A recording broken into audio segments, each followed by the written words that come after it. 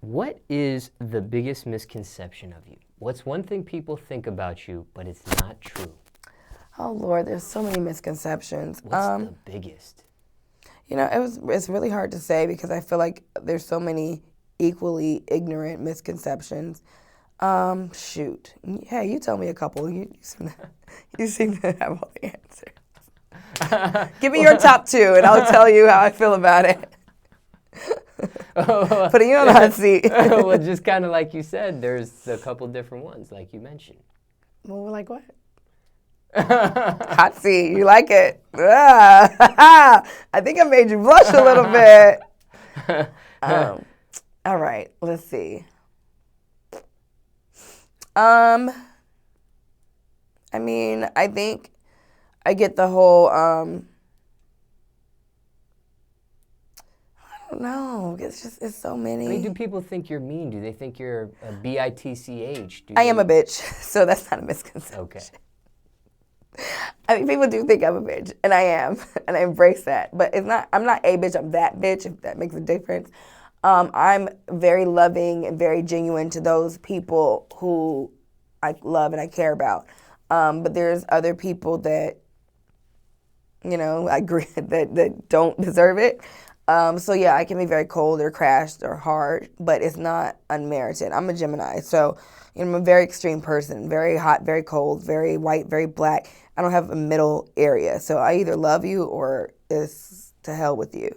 So, I mean, I do have that about me, and I wouldn't say that's a misconception, but I think the misconception in that is that that's just a natural me 24/7, and it's not. Like, you have to give me that to get it back. If I'm so loving, I'll give you the shirt off my back. Well, I mean, I don't want to, be naked, but, I'll do anything for the people that I love and care about. I think a lot of people probably think that I'm stupid. And I say this often, it takes a very smart brunette to play a dumb blonde. Sometimes the wisdom comes in playing coy and playing, stupid. And people feel like they can get over on you, and you learn a lot that way. When people don't think you know what's going on, they tell you all sorts of things. So that's actually a strength that people, I think, would take as a weakness. A lot of people would probably think that I get around or I'm easy or something like that. But it's a big difference in, picking who you want and not who wants you. There's a lot of people that want me, want you, want this person, want that person. That's fine. Being desirable does not make you promiscuous. It's what you choose to do with it. And then at the end of the day, what I choose to do with myself, my body, my life is none of your business anyway. So, I mean, I could go on and on and on about the misconceptions, but, that's your personal choice and that's your burden to deal with. What you think of me is your issue, not mine. Is there a question people ask of you that you can't stand to answer? People don't really ask me too many questions. I don't think I'm a very comfortable person to ask questions to. I feel like I'm kind of standoffish, purposely, because I don't want to deal with it. So a lot of people don't ask me questions. When you pay all the bills, no one really asks you anything. So unless I'm in an interview setting, no one's going to ask me anything unless they want to know, hey, cut the check.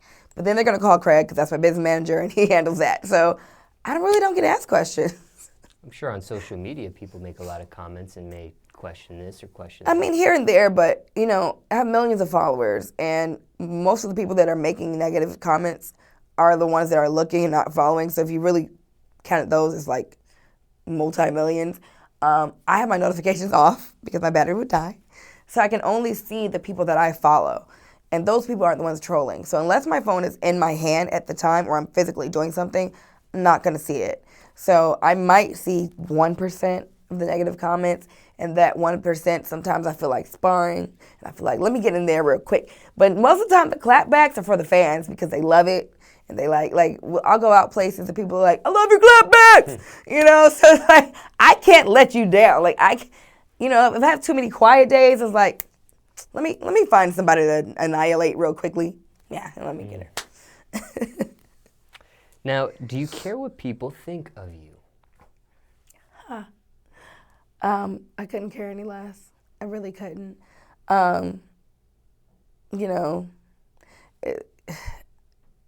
Whatever you think of me is your burden. Again, I've said that before. But it doesn't matter. My numbers go up regardless. negative or positive, it still generates revenue for me. Whether you love me or you hate me, you're evoking a strong passion. And some would say hate is the greater than, passion. I don't know. It's just it's however you look at it, half full, half empty. Your opinion of me makes me no difference. My opinion, is mine. Your opinion is yours. I care about what my daughter thinks about me. My mom thinks about me, my friends, my family. But those that mind don't matter. Those that matter don't mind. So I don't care.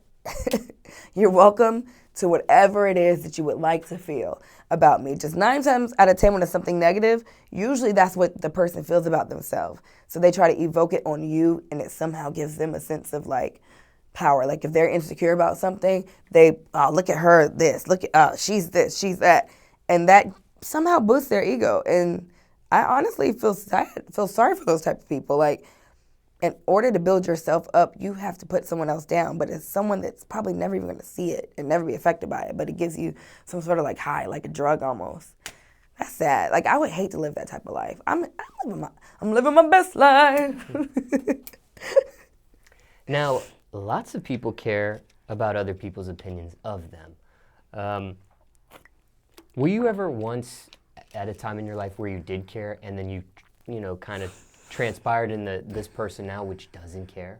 Maybe my first 4 weeks of Love and Hip Hop Hollywood back in 2014 when it first aired. I remember I was, I think I had 40,000 followers, and every week I would go up 20, 30, 40,000. And it was just so rapid, and I wasn't used to that. So, I still have my comments on. I would read these comments why are these people saying these things about me? Why would they think that? I'm not this type of person.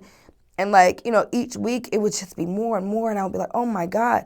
And then I would realize that I started seeing the money in it. I started seeing the offers coming through and the endorsements coming through and the people actually cutting checks because now people are listening to what I have to say. And it went from a feeling of, why are they feeling this way, to, I don't give a fuck what they feeling. And I kind of had to remind myself, wait a minute, I'm in this position for them to feel jealousy or an envy or resentment or something. And although that's not what I wanted, that's my power. I'm on this seat up here on this stage performing. While I'm performing, people might clap, they might boo, they might throw things at you, they might ask for an encore, they might talk over you. It doesn't matter. I'm still on this stage, and this is still my stage. So once I got that attitude about it, I just kept performing. Now, some people care so much about another person's opinion, it can lead to some health issues. Mm-hmm. Can lead to stress, anxiety, depression, worst case, suicidal thoughts. Did you ever face any of these obstacles when you did care? I wouldn't say I faced those obstacles from other people's opinion. I think I've dealt with depression on and off for a very long time.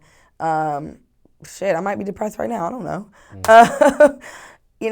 It's such a responsibility and such a power that comes with any position, of power, any position of elevation. You have all these people looking at you. And I never understood when I was younger, when I say more money, more power, because I'm like, once you have all this money, you do whatever you want. But it's true. It's the more money, the more responsibilities, the more power, the more people you have to pay, the more invoices that come through. At the end of the year, tax season is I owe what to who? And you have people and, just even coming here to do this interview, I have my team, my hair, my makeup. I got to take care of my daughter, my nanny, my mom, PR, transport, flights, everything. It's never just what you see. Anytime you see it put together, it took a whole team to make it together. So sometimes those moments, it's everybody's depending on you and you're paying everybody and everybody's getting a check. But then at the end of the day, who's taking care of you? And it can be very depressing, and it can be very lonely, and it can be very sad. So for me, I think I've dealt with those issues, for, private things going on within my family that no one knows about, that I can't talk about, that I can't share with anybody.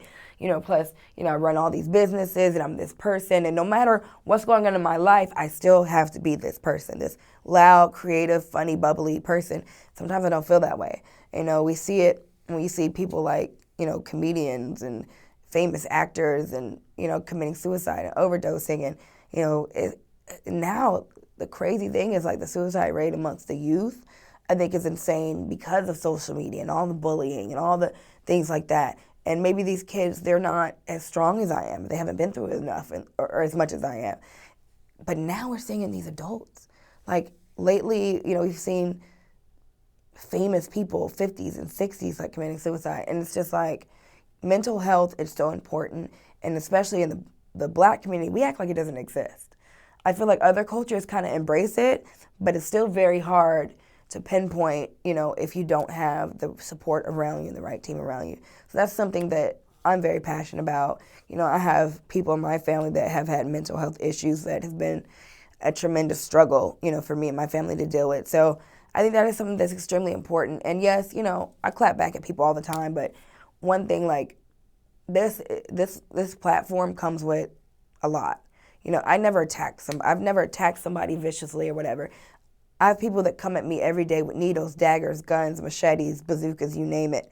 And, every now and then I might shoot back a pebble or two, then I'm the bad guy. Oh, you this, like I'm supposed to greet them with love and open arms. I'm not Jesus. I'm sorry. I didn't sit at the table. I don't have nails on a cross. I'm not Jesus. I'm human too. Sometimes I will fire back. I will shoot back. But it shouldn't even be a shooting back. Like, we should not have that yo-yo ricochet. Like, we should be able to love, appreciate, respect one another, especially people you don't even know. Like, we got to do better as a society, especially with social media. Like, the suicide rate is it's ridiculous right now, and it's our fault. When it comes to your personal battle with depression, is that something that you sought counseling or therapy for? Mm-hmm. I've never gone to counseling or therapy. It's something that I've wanted to do for a very long time. Most Black families from the hood, like mine, we don't believe in that, especially like Black strong men. You don't need no counseling. And so I grew up like, oh, you don't need counseling. You don't tell anyone your problem. You keep everything, and everything's a secret.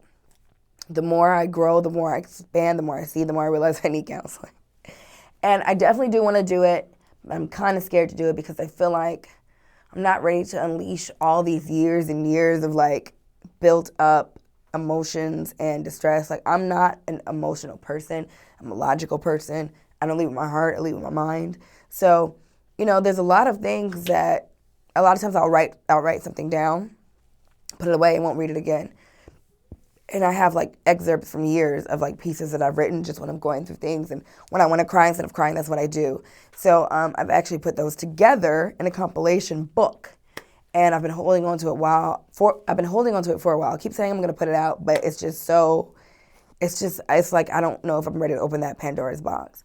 So one day I'll be brave enough to go to counseling, and hopefully it'll be some great results. But as of now, I have not yet, but it is definitely something on my list of things to do. Have people tried to intervene in your life and say, hey, you should do this counseling sort of thing? Or is it just more of a self kind of diagnosis? You know what? I should eventually go see a counselor type of thing. I think within my family, especially my mom and my sister, and at one point my brother, we kind of talk amongst ourselves like, we need counseling. We've been through some shit.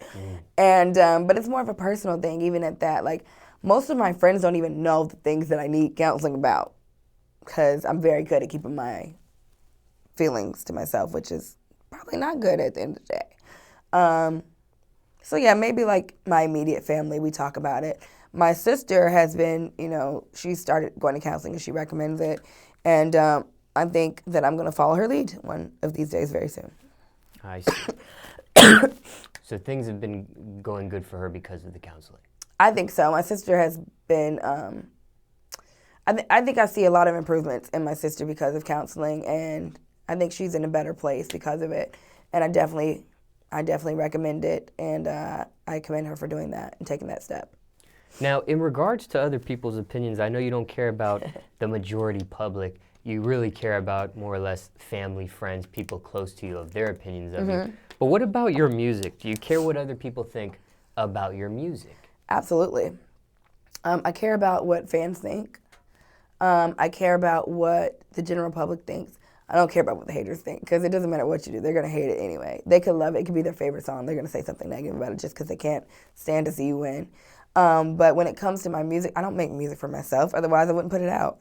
I make my music for everyday people. So, I'm doing a series of listening parties and I'm inviting the general public because I want to know how you feel, what you like, what you don't like, because you guys are the ones that are streaming it, buying it, listening to it, supporting it. So when it comes to like my art and my craft, it's 100% what you guys think, you know.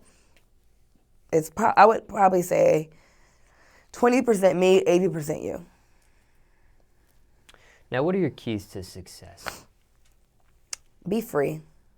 I would say that's my number one.